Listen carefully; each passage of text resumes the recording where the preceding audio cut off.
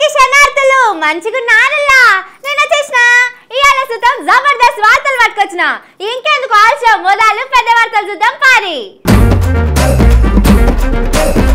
రుణమాఫీ కోసం కుస్తీ పడ్డ కేబినెట్ ఇప్పటికీ ఫిక్స్ గాని డేట్ రైతుల కోసమే పార్టీ మారిందట సారు కొడుకు కోసం ఇదేంద్రమా పోచారం గారు సింగరేణి బాయిలో అమ్మిన పూ పార్టీ దగ్గరుండి మరి అమ్మిపిచ్చిన షై పార్టీ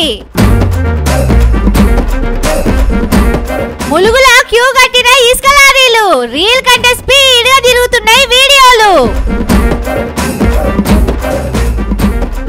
కాంగ్రెస్ వాళ్ళ మీటింగ్ లో పోతుంది కరెంటు ఇప్పుడు ఎవల మీద కడతారు సార్లు కేసు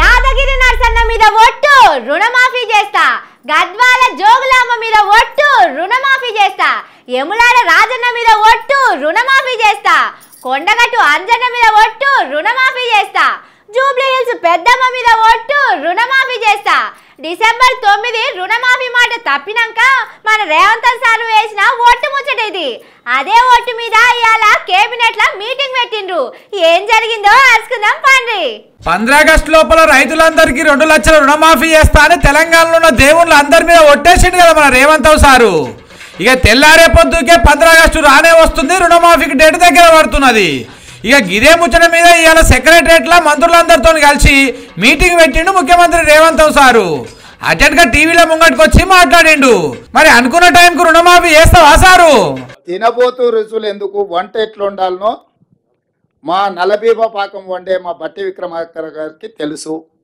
మీరు ఒకటే గుర్తుపెట్టుకోండి రైతులకు ఇచ్చిన మాట ప్రకారం రుణమాఫీ చేసి తీరుతాము అది సరే గాని ఏ లెక్క ప్రకారం అప్పులు మాఫీ చేస్తారు సారు గడువు లోపల చేయడానికే కదా ఇదంతా చారి గారు 5 సంవత్సరాలు ఆయనలాగా చేయాలంటే ఇంత హడావిడిగా ఇంత అర్జెంటుగా ఇంత పకడ్బందీగా మంత్రివర్గ సమావేశం పెట్టడం మేమందరం వచ్చి కూర్చోవడం మీకు వివరణ ఒకవేళ అంతకంటే కొంచెం ముందిస్తే మీకు ఏమైనా అభ్యంతరమా ఇంత గోలోలకు అప్పులు మాఫీ చేస్తారు ఆ అర్హులు అనర్హులకు సంబంధించి విధి విధానాల మీద పూర్తి స్థాయిలో చర్చించినము నియమ నిబంధనలు అన్నిటిని కూడా మంత్రివర్గం ఆమోదించింది తొందరలోనే మీకు ఆ జీవో విడుదల చేస్తాం అందులో మీకు పూర్తి వివరాలు ఉంటాయి ఇక అంత మంచిగానే చెప్తున్నారు కానీ ఈ రుణమాఫీకి పైసలు ఏడికెళ్ళి తెస్తారు ఎట్లా తెస్తారు అంటే అప్పులు తెస్తారా లేకపోతే ఆమ్దాన్ నుంచి ఏమైనా తీసి చేస్తారా మీకు అవన్నీ జీవోలో అన్ని వివరాలు ఇస్తాం జీవో ఇచ్చిన తర్వాత మీకు ఏమైనా ఇంకా వివరణలు కావాలంటే ఆర్థిక మంత్రి గారు మీతో మాట్లాడతారు ధన్యవాదాలు ఓ నీ కథ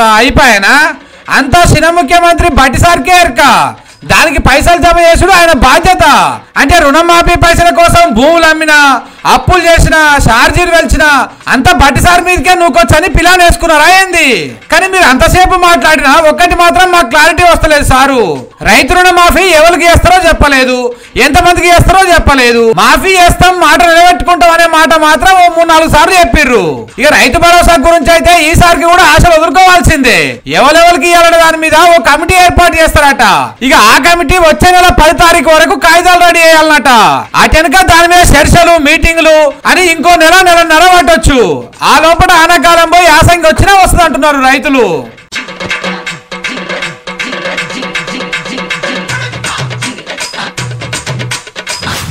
అవునంటే కాదనిలే కాదంటే అవుననిలే ఆడువారి మాటలకు అర్థాలే వేరులే అర్థాలే వేరులే అర్థాలే వేరులే ఇది పాత పాట ఇప్పుడు దీన్ని ఎట్లా పాడుకోవాలో తెలుసా పోనంటే పోతనిలే పోతంటే పోననిలే లీడర్ల మాటలకు అర్థాలే వేరులే అర్థాలే వేరులే అర్థాలే వేరులే సేమ్ ఇట్లనే ఉన్నది తెలంగాణలో రాజకీయం ముచ్చట ఇవాళ ఈ పార్టీలో ఉన్న లీడరు రేపు ఆ పార్టీలో కనపడుతున్నాడు ఆ పార్టీలో ఉన్న లీడరు ఆ తెల్లారు ఇంకో పార్టీ కండువాల కనిపిస్తుండు ఇదేం రాజకీయం ఏమో పోండ్రి నిన్నటి దాకా గులాబీ జెండానే నా గుండెకాయ పానం పోయినా పార్టీ ఇడిచేది లేదని తొడలు కొట్టిన లీడర్లంతా ఇప్పుడు మెడల కండువాలు మార్చుకుంటున్నారు సేమ్ గిట్టనే కారు గుర్తు మీద గెలిచిన బాన్సువాడ ఎమ్మెల్యే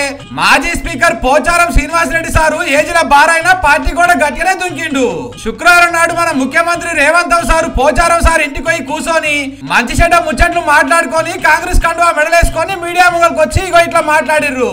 వారు తీసుకున్న నిర్ణయాలన్నీ కూడా ఆమోదయోగ్యమైనటువంటి నిర్ణయాలు ఉన్నాయి కాబట్టి రైతాంగానికి వారు చేస్తున్నటువంటి కార్యక్రమాలకు అండగా ఉండాలని, అండగా ఉండి రైతు సంక్షేమాన్ని కోరుకోవాలని, రైతులు బాగుపడాలని, రైతుల కష్టాలు తీరాలనే ఆకాంక్షతో నేను ఈరోజు వారి నాయకత్వంలో, రేవంత్ రెడ్డి గారి నాయకత్వంలో కాంగ్రెస్ పార్టీలో వచ్చాం.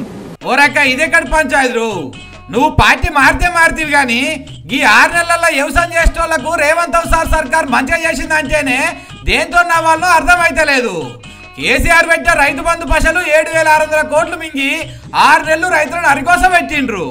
కరెంటు సక్కగియ్యక, కాలువల నీళ్లు సక్కగియ్యక పంట పొలాలన్నీ ఎండబెట్టిర్రు. ఆడనో ఈడనో పండిన పంటను సుతం కొనక వ్యవసాయం చేసేటోళ్లను మస్తు దిప్పలు పెట్టిర్రు. కుర్చీలో కూర్చోగానే డిసెంబర్ 9 నాడే 2 లక్షలు రుణమాఫీ చేస్తామని మళ్ళా ఆగస్టు 15కు ఆయిదా పెట్టిండు. కేసీఆర్ ఎకరానికి 10,000 ఇస్తున్నాడు. నేను ఎకరానికి 15,000 ఇస్తానే అధికారంలోకి వచ్చి ఉన్నదానికే అసలు పెట్టే కాడికి వచ్చింది కథ.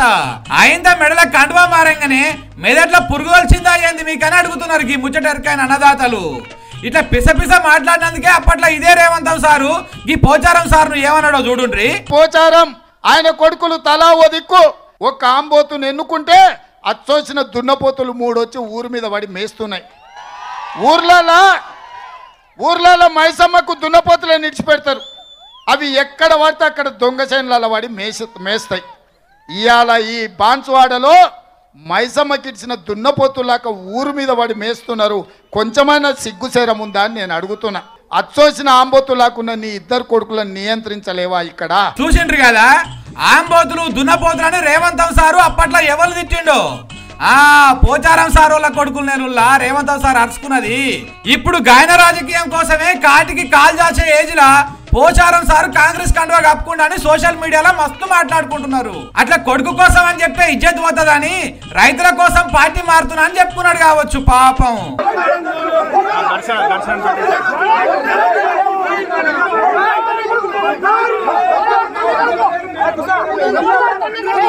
ఇక జనానికి ఇచ్చిన హామీలు అమలు చేసుడు మీద సోయి లేదు గాని గిట్లా మా పార్టీ ఎమ్మెల్యేలను కొనకపోతావా అని బాల్కసుమను, బాలరాజు, విద్యార్థి సంఘాల లీడర్లు అంతా కలిసి పోచారం సారుల ఇంటికి పోయి జనంతా లొల్లి చేసేసరికి ముఖ్యమంత్రి వారు పోలీసు వాళ్ళ మీద మస్తు గరమైందట. మా డ్యూటీకి అడ్డం తగులుతారా అని అందరిని పట్టుకపోయి పోలీస్ స్టేషన్ లో పెట్టిర్రు.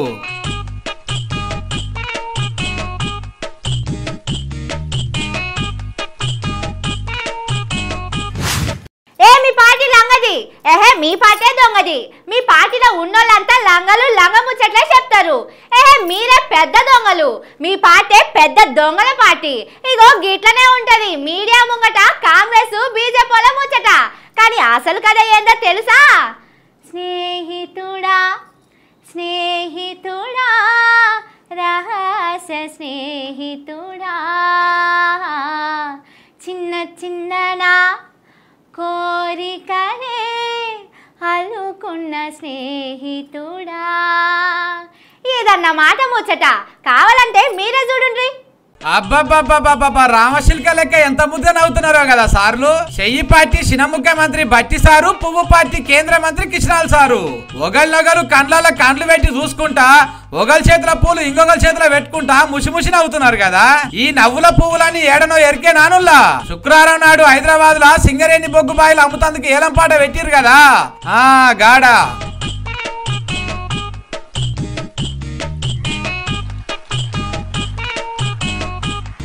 చెరువు ఎండిపోతే మాకేంది, చెరువులో చేపలు తెస్తే మాకేంది అన్నట్టు సింగరేణి బొగ్గుబాయిలు అమ్మితే మాకేంది, అల్ల పని చేస్తే కొలువులు ఊసిపోతే మాకేంది అన్నట్టే ఉంది పోరి కాంగ్రెస్ బీజేపీల తరీకా. బొగ్గుబాయిలు అమ్మొద్దని కారు పార్టీ వాళ్ళు సింగరేణి వాళ్ళు లొల్లి చేస్తుంటే బయటికి ఉప్పు నిప్పు లెక్కుండే పువ్వు చెయ్యి పార్టీ వాళ్ళు బొగ్గుబాయిలు అమ్మే కాడ మాత్రం ఒక్కటయ్యిండ్రు.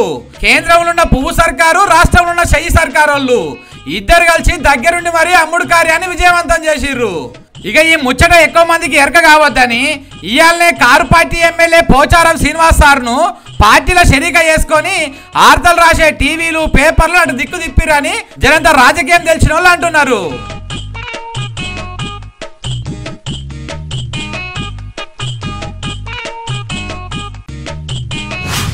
అక్క కారు దిగితే రీల్, అక్క కాళ్ళు కడుకుంటే రీల్, అక్క మూట మోస్తే రీల్, అక్క చేతిలో చెప్పులు పట్టుకుంటే రీల్, అక్క వాగుల మొహం కడిగితే రీల్, అదే వాగుల కాలు దిగబడితే రీల్, అక్క మాట్లాడితే రీల్, అక్క మీటింగ్ పెడితే రీల్, అక్క తుమ్మితే రీల్, అక్క దగ్గితే రీల్, అక్క ఏం చేసినా రీల్, అక్క ఏడున్నా రీల్, అక్క ఎక్కడున్నా రీల్.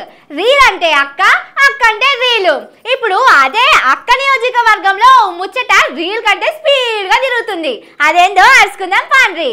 హబ్బల కొడక ఎన్ని లారీలు ఉన్నాయో చూడండి, ఓసారి లెక్క పెడదాం ఆగుండ్రి. 1 2 3 4 5 6 7. ఓరి కొడక రోడ్డు పొడుగు అవే ఉన్నాయి కదా, చూసిరు కదా. ఇది ఎక్కడనో ఎరికేనా? మన సీతక్క నియోజకవర్గం ములుగు ముచ్చటిది.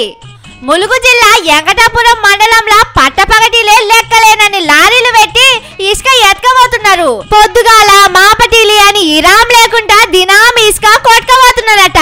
ఆ పక్క పొంటి ఊరోళ్ళు ఆఫీసర్లకు ఎంత చెప్పినా పట్టించుకుంటలేరట. పైకెళ్ళి ఫోన్ చేసి చెప్పినోళ్ళకే ఏయ్ మీకెందుకయ్యా అని ధమ్కిలిస్తున్నారట.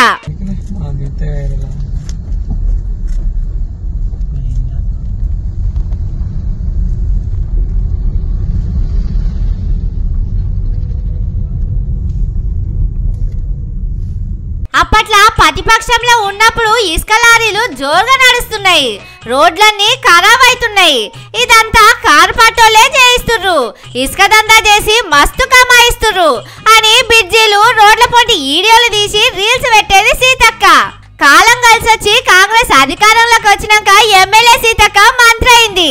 మన కష్టాలను బాధలను వీడియోలు తీసి రీల్స్ పెట్టే సీతక్క మంత్రి అయింది. ఇక మనకి ఇసుక లారీల తిప్పలుండదు కావచ్చునని ములుగు పబ్లిక్ అంతా మస్తు ఖుషి అయిండ్రు. కానీ అక్క మంత్రి అయినాక ఏకంగా అక్క పిఏ సుజిత్ రెడ్డిని పెట్టే ఇసుక దందా చేసిందని అప్పట్లో వార్తలు వచ్చినాయి.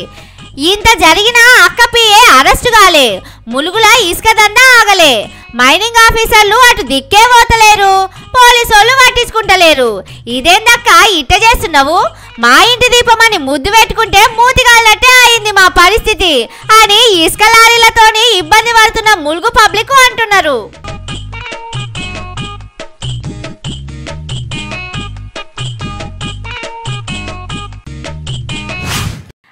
కేసులు పెడతామమ్మా, కేసులు పెడతాం.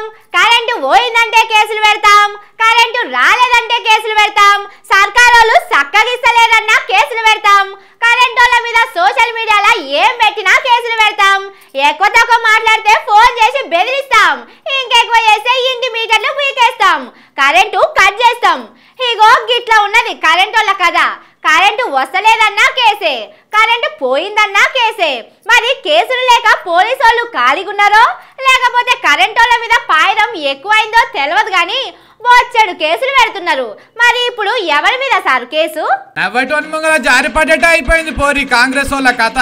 కరెంటు వస్తలేదని ఎవరన్నా అంటే కేసులు పెట్టి బెదిరిస్తున్నా కరెంటు పోవుడు మాత్రం ఆగుతలేదు. ఎప్పుడు పడితే అప్పుడు ఏడ పడితే ఆడ కరెంటు పోతూనే ఉన్నది.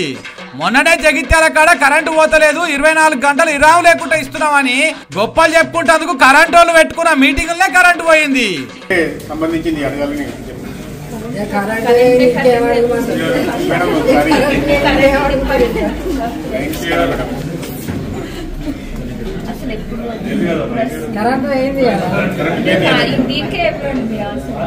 ఈ ముచ్చట మర్చిపోక ముందుకే నిజామాబాద్ కాడ కాంగ్రెస్ వాళ్ళ మీటింగ్ లా షబ్బీర్ అలీ సార్ మాట్లాడుతుంటే కరెంటు పోయి మైకు కట్ అయింది.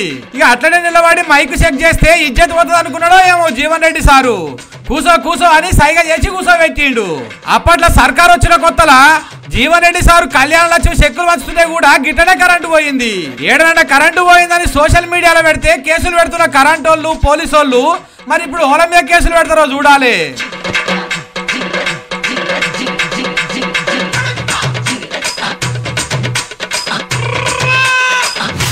ఇవి ముచ్చట్లు ఇంక నీ జబర్దస్త్ ముచ్చట్లతోటి మళ్ళొస్తా ఉంటాయిగా.